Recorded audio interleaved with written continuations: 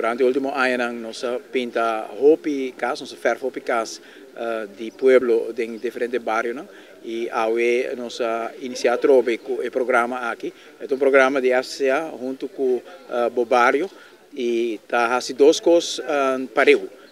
Um está com nossa ferro casa e aí nós começamos na Mabon, isso aqui é a tweede fase, so nós pinta também a casa mais alto de Mabon. E algo que é muito importante no projeto aqui, banda com nossa ferro casa, está com nossa incorporada no programa aqui também, Hopi Jovem, que está contrato para por chega também na entrada, tinha que para a primeira vez participar de trabalho consecutivo e não tem certificado, e Hopi vezes sei por ajuda também depois para trabalho.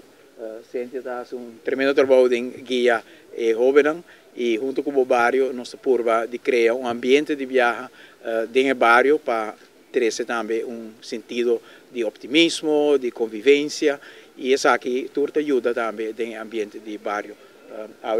Nós começamos a bom e para nós junto com o jovem nós dá para mim e nós espera que 80 casas vai guardar geverf. E ora que nós queda claro, por vista que é bari bom, lota mostra hopi bonita, gente colou, não vai que que peri, não sei se nós estamos em dibujo aqui, mas em todo caso lo mister incorporar esse aí também mesmo que nós assim em outro bairro, não. Nós hopi contento, danke na SCA, danke na Ministério também de Assunto General que está cai Baudimi, com o projeto de Bobario, que está aqui em Turbario.